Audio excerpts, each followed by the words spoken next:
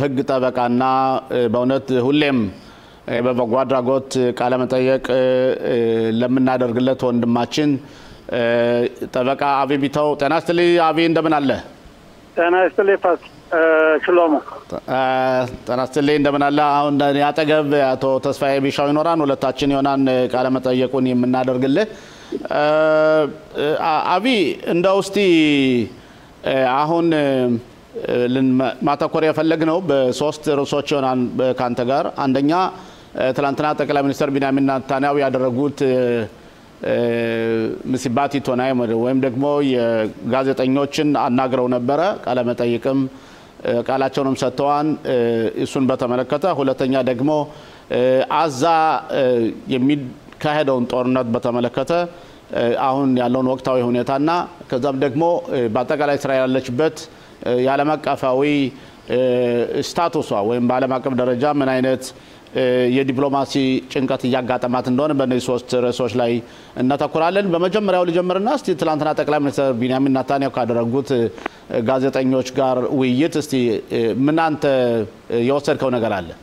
ለምንስ ጋዜጠኞችን አነጋገር ፈለጉ እሳቸው?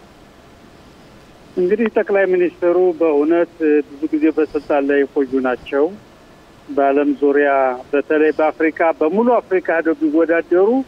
እሳቸው ነው የሚመረጡት። ስማቸው የገነነ ነው። ግን በዚህ በሁለት ዓመት ሶስት ዓመት ውስጥ ከፍተኛ ውድቀት ለራሳቸው ከፍተኛ ውድቀት ለሀገሪቱ እያስከተሉ ነው። በቀደም ዕለት በዓለም ዙሪያ የተደረገው ጸረ እስራኤል ተቋም የኢኮኖሚ ማዕቀብ የሁሉ ነገር ማዕቀብ በእስራኤል ላይ የኢኮኖሚ ችግር ሊያመጣ ይችላል፣ ጠንቀቅ ማለት አለብን በራሳችን በእኛው ምናምን የሚል ተናግረው ነበር። ያ ብቻ ሳይሆን ብቸኛ ኢኮኖሚ መገንባት አለብን ያሉ መሰለኝ። አዎ እና ትላንት ደግሞ ብቅ ብለው የተሳሳተ እንትን ነው። ለምን ሚኒስትሮቻቸው ራሳቸው ሂስ አቅርበውባቸዋል እና ጥቂት ለማስተካከል ሞክረው ነበር። ይህም ሆነ ያም ሆነ ግን ጦርነቱ አላበቃም፣ ሰላም የለም በዓለም ዙሪያ በሁሉም ነገር የሚደረገው ጸረ እስራኤል እንቅስቃሴ እየቀጠለ ነው። ስለዚህ ጠቅላይ ሚኒስትሩ ዚግዛግ እየመጡ ነው። አንድ ጊዜ ወደፊት፣ አንድ ጊዜ ወደ ኋላ፣ አንድ ጊዜ መከለስ መደመር። ይሄ የሚረዳ ነገር አይደለም፣ ጥሩ ሁኔታ አይደለም። ያ ማለት ጠቅላይ ሚኒስትሩም ሀገሪቱም ያለችበት ህዝቡም ያለበት ሁኔታ ለወደፊት የሚጠብቀን በጣም በጣም መጥፎ የሆነ ነገር እንደሆነ ከትላንትናውና ከበቀደሙ ጋዜጣዊ መግለጫ ለመገንዘብ ይቻላል። ግን ጠቅላይ ሚኒስትር ቢንያሚን ኔታንያሁ ትላንትና ያሉት እኔ ከአንድ ቀን በፊት የተናገርኳቸው ነገሮች ትክክለኛ አለመሆናቸውን ለማስተካከል ነው የመጣሁትና አገራችን ኢኮኖሚ በጣም ጠንካራ ነው። ለምሳሌ ዶላሩ በጦርነት 2 ዓመት ውስጥ እያለን ዶላር እየቀነሰ ሸቀላችን ግን ጠንካራ እየሆነና በዓለም አቀፍ ደረጃ በኢኮኖሚ ደረጃ ከፍተኛ እውቅናና ጥሩ ኑሮ ነው ያለነው ይላሉ። ግን በአንድ በኩል ደግሞ እስራኤል ሀገር ውስጥ በጣም ከፍተኛ የኑሮ ውድነትና የኑሮ ውድነት አለ። እንዴት ነው ሁለቱም አብሮ ሊሄድ የሚችለው? እንግዲህ በእስራኤል ጥሩ እየኖርን ነው የሚሉት ራሳቸው ጠቅላይ ሚኒስትሩ ካላቸው ገቢ አንጻር ጥሩ እየኖሩ ሊሆን ይችላል። ወይም ደግሞ ልጃቸው በአሜሪካ ያለው ያለምንም በሰራተኛነት መታወቅ ሳይሆን የጠቅላይ ሚኒስትር ልጅ ስለሆነ ወጪውም የጸጥታ ሁኔታውም ተከብሮለት የሚኖርበት ሁኔታ ስላለ ያን አንጸባርቀው ካልሆነ በስተቀር እያንዳንዳችን እስራኤላዊ ዜጋዎች ኑሯችን እየከበደ እየመጣ ነው። እቃው እየተወደደ ነው። እኛ ለምሳሌ የግል ሰራተኞች ይሄ ማም የሚባለው በጣም ከፍተኛ ነው። 18 እጅ ነው የምንከፍል ከመቶ 18 ሸኬል። ግብሩም እየጨመረ ነው። ኑሮው እየተወደደ ነው። ስለዚህ ይህን አይነት ኑሮ ለምን እንደመረጡት በእውነት ህዝቡ የሚያለቅሰው ህዝቡ ሰላማዊ ሰልፍ የሚያደርገውን እውነትም ጠቅላይ ሚኒስትሩ አይገናዘቡም፣ አያዩ። ግን አቶ ቢተው እዚህ ላይ እውነተኛውን ለማስቀመጥ ሲባል ያው እንደሚታወቀው ከ3 ዓመት በፊት ኮሮና 4 ዓመት 3 ዓመት በፊት ኮሮና ነበረ። ከኮሮናው ደግሞ ማንሰራራት በምንችልበት ጊዜ በመጀመርንበት ጊዜ ጽንፈኛው ሐማስ የከፈተው ጦርነት እስካሁን ድረስ ያው 2 ዓመት ሊሞላ ነውና በዚህ ጦርነት ውስጥ በከፍተኛ ደረጃ የኢኮኖሚ በተለይ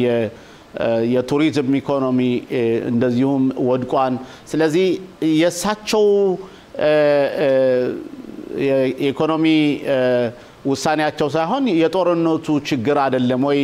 እንደዚህ አድርጎ ኢኮኖሚ እና በጣም ሊያኖር የኑሮ ውድነቱን የፈጠረው ጦርነቱን እኮ እሳቸው ወደው እሳቸው ፈልገው የሚያደርጉት እንጂ አገሩ ህዝቡ ወዶት አይደለም ለምን ያዛ ጦርነት አዛ ትንሽ ሀገር ነው እስራኤል ብትፈልግ በአጭር ጊዜ ውስጥ ማጥፋት ትችል ነበር ግን ማድረግ እንደሚችለው በሊባኖስ እንዳደረገችው በሶሪያ እንዳደረገችው መጀመሪያ የተጠለፉት ዜጎች አስለቅቃ ከፍልስጤም ወይም ከጋዛ በኩል አንድ እንኳን ሚሳኤል ይቅርና ወንጭፍ ድንጋይ እንኳን ቢወረወር አዛን እንደመስታለን በሚል አስፈርመው አስገድደው ያለም ተጽዕኖ አድርገው አዛ ላይ ለውጥ ያመጡ ኑሮ ጦርነቱ አይሆንም ነበር አሁን እኮ የሚደረገው ጦርነት የህልውና ጦርነት ሳይሆን ጠቅላይ ሚኒስትሩ የፈለጉት ምናልባትም አንዳንድ ጉዳይ አዋቂዎች እንደሚሉት ጦርነቱ እንኳን ቋረጡ ቀይ ክንፍ ፓርቲዎች ይለቃሉ ያ ማለት መንግስታቸው ይወርዳል ታቸው ደግሞ ወንበራቸው ስለሞቃቸው ሊወርዱ አይፈልጉም በዚያ ደረጃ የሚካሄድ ጦርነት ነው ሁሉ ጊዜ አይተንዶ ቢያንስ 3 ጊዜ የተጠለፉት ሊለቀቁ ነው ሁሉም ነው ጥቂት ነው በሚባልበት ጊዜ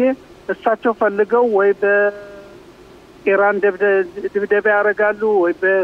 በጋዛ ሁለት ጊዜ ድብደባ አድርገዋል ይሄ ምክንያቱ ያልታወቀ ካቢኔ የሚባለውም እንኳን የስሙላ ካቢኔ ነው እንጂ በእውነት የካቢኔ ሰዎች ቀርበው ተከራክረው ይሄው የሻባኩ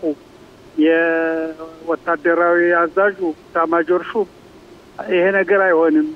የተጠለፉትን ያስደበድባል በሚባልበት ጊዜ እሳቸው ግን አይፈልጉም ሲፈልጉ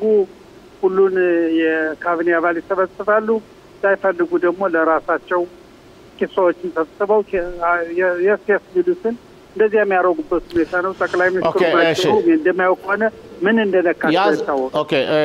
ለወንድሜ ለተስፋይ ብሻው ጥያቄ ከመስጠቴ በፊት አንድ መጨረሻ ልጠይቅ እፈልጋለሁ ያዛጣ ፈንታ መጨረሻ ምንድነው አቶ ፋሲል አቶ አቢቢቶ ይቀርታ ጥያቄው እንድገመው ያዛጣ ፈንታ ምን ይመስልሃል መጨረሻ ላይ አሁን ወታደሮቻችን ልጆቻችን እንትኑን ጀምረዋል የመጨረሻ ዘመቻውን ያዛ ከተማን ለመቆጣጠር ቀስ በቀስ እርምጃቸውን እያሳዩ ነው እና አንተ እንደምታየው ከሆነ ይህ ጦርነት መቼ ያልቃን ነው ጥያቄ ኦኬ ምናልባት እስራኤል በምትወስደው ጥቃት ያዛ ከተማ እንደነበረው ሳይሆን ፍርስርስ ብሎ አጠቃላይ በከተማው የከተማ ቅርጽ ላይኖር ይችላል ግን ሐማስ በምንም ታምር አይጠፋም ሐማስ አሁን ከተዋጊነት ወደ ሽምቅ ተዋጊነት ተላልፎ አሁን ደግሞ 10 ጦረኞች ባንድ ላይ ከመዲልቅ 1-2 እየተደበቁ ህዝቡን እየመሰሉ በየቦታው ቦምብ እያንጠበጠቡ በመንገዱ በህንጻው እየሸጎጡ ወታደሮቻችን የሚያልቅበት ጊዜ በሽምቅ ውጊያ እየደረሰ ነው ስለዚህ ሐማስን እናጠፋለን ሲባል 2 አመት 3 አመት 4 አመት ተወስዶም ላይጨረስ ይችላል ስለዚህ ያዛ ጉዳይ ማለቂያ የለውም በእስራኤል ጋር ግን አንደኛ የወታደሮች ልቅት ይመጣል ሁለተኛ ባለም አቀፍ የሚደረገው ተጽዕኖ ይቀጥላል ማዕቀቡ ይቀጥላል እንጃ እንዴት ያልነ ዲሞክራሲ የነበር ነገር ከሌሎች አስከፊ ከሆኑ አምባገነን ሀገሮች አንዱ ሆነን ባለም ተወግደን እስራኤላውያን ውጭ ሀገር ብነድ እንደልባችን መንሸራሸር ማንችልበት ሁኔታ ማንነታችን እንደብቀበት ሁኔታ እየመጣ ነው ይሄ ነው የሚጠብቀን እንግዲህ ጠበቃ ቢቢቶ አሁን ደግሞ የመጨረሻ ጥያቄ አቶ ተስፋይ ሊጠይቅ ይፈልና ተነስተልና አቶ ተስፋይ እሺ ተነስተልኝ የህግ ባለሙያ አቢቢታው እንዴት ነው ይሰማል ተስፋይ አልሰማህም ድምጽ ጠፋብኝ አሁን ይሰማል ራቅ ብለህ አልቀረብ በሚክሮፎን አሁን ይሰማል አይሰማም ኦኬ አንተ ጠይቅ እኔ ምናልባት ከሰማይ ለማለት የኔ ጥያቄ እንግዲህ በመጀመሪያ በእውነት አቶ ሽሎሞ የግል ሐሳቤን ለመግለጽ ነበር በኢኮኖሚ ሁኔታ ላይ ባለንበት ተጨባጭ ሁኔታ ጦርነት ሆኖ ማንኛውም ሀገር ዝቅ ያለ ነው ግን እያገገመ እንደሚሄድም አንዳንድ ጥናቶች እያሳዩ ነው ሌላው የኔ ጥያቄ የሚሆነው እንግዲህ ጠቅላይ ሚኒስትር ቢንያሚን ኔታንያሁ ከሰሞኑ ትላንትም ዛሬም ምስክር ለመስጠት ፍርድ ቤት እየተመላለሱበት ያለበት ሁኔታ ነው በተመሳሳይ ጦርነቱ እየተካሄደ ነው እንግዲህ ጠቅላይ ሚኒስትርን የመሰለ ትልቅ ሰው ጦርነቱን የሚመራ ባለው ጊዜ ውስጥ ይሄ ነገር ከጦርነቱ በኋላ መሆን አይችልም ነበር ወይ ጥያቄ ተሰምቷል አቶ አብይ በደንብ አልሰማሁትም እሱም እንዴት ነው ጠቅላይ ሚኒስትር ቢንያሚን ኔታንያሁ አሁን የፋይል ክስ አለባቸው ቃላቸውን እየሰጡ ነው የተመረመሩ ነው በአቃቢ ህግ አማካኝነትና አሁን ጦርነት ላይ ያለን የእሳቸውን የህግ ጉዳይ አቁሞ ከጦርነቱ በኋላ የፍርዱን ሂደት ማካሄድ አይቻልም ወይ ነው ጥያቄው እንግዲህ ጠቅላይ ሚኒስትሩ ከሁለት ዓመት በፊት ነው ምርጫ በተደረገበት ጊዜ ጥያቄ ቀርቦላቸው ምናልባት ተመርጠው ጠቅላይ ሚኒስትር ቢሆኑ ጠቅላይ ሚኒስትሩና የፍርድ ቤት ሂደቱ ደርሶ ይመቻል ወይ አይከብድዎትም ወይ ተብሎ ለተጠየቁት ጥያቄ ምንም አይከብደኝም የፍርድ ቤቱን ሂደትንም የጠቅላይ ሚኒስትሩነቱን ስራ በአንድ ላይ እናካሄዳለን ብለው ነበር አሁን ይሄ ጦርነት ሳይታሰብ ፈነዳ እሳቸው ጊዜ የፈነዳ ጦርነት ነው ተጠያቂው እሳቸው ናቸው ስለዚህ አሁን አንዳንዴ በእውነትም ስራ ስለሚበዛባቸው የሀገሪቱ ሁኔታም ስለሚያስገድድ ፍርድ ቤት አልመጣም ብለው ያስገባሉ ፍርድ ቤቱ ይፈቅድላቸዋል አንዳንዴ ግን ብለው ማን አለብኝ ብለው ይሉታል ስለዚህ ሁሉ በራሳቸው የመጣ ጉዳይ ነው እንጂ በአገሪቱ ወይም በፍርድ ቤት ሂደት የመጣ አይደለም ምክንያቱም ሁሉም አሁን እሳቸውና የእሳቸው ደጋፊዎች በፓርቲው በፓርላማ ያሉ በሙሉ ጠቅላይ ሚኒስትሩ መከሰስ ማይገባቸው አርገው ስለሚያዩ ይሄ በዚህ ባለው ባለጊዜ መንግስት የሚመጣ እንጂ በህግ አገሪቱ የመጣ ጉዳይ አይደለም እየሻሩት ነው ህጉ እኮ እየተሻረ ነው ፍርድ ቤት የለም የአቃቢ ህግ የለም የመንግስት አማካሪ የለም ሁሉም እኮ እየተሻረ ነው አየነው እኮ የፍትህ ሚኒስቴር የተባሉት የመንግስት የህግ አማካሪን ተላቪ ያለውን ቢሮ በቁልፍ በፍርድ ቤት አስታውቀው ወይም በትዕዛዝ ልንዘጋ ነው ቢሉም ጥሩ ነበር እንዴ ማን ይነካናል ኦኬ ጠበቃ ቢቢተው በእውነት በዚህ ጉዳይ ሰፋ ያለ ውይይት ማድረግ እንችል ነበር ግን ጊዜ ስላልለን በአጠቃላይ በርግጥ ይሄ መንግስት የሚለው እንዴት ነው እኛ የተመረጠን መንግስት ነን የተመረጥነውን ሪዮት ዓለም መተግበር አለብንና ማንንም ቢሆን ሊያቆመን አይችልም አቃቢ ህግም ሆነ የከፍተኛ ፍርድ ቤቱ ፕሬዝዳንትም ሆነ ማንንም ያቆመን የለም ነው በዚህ ምክንያቱም እንደሚታወቀው ያው ባለፈው አመት ከፍተኛ የሆነ ሰላማዊ ሰልፍም ነበር ውዝግቦችም እንደቀጠሉ ናቸው ለማንኛውም በእርግጠኝነት በመጡት ቀናቶች እንወያያለን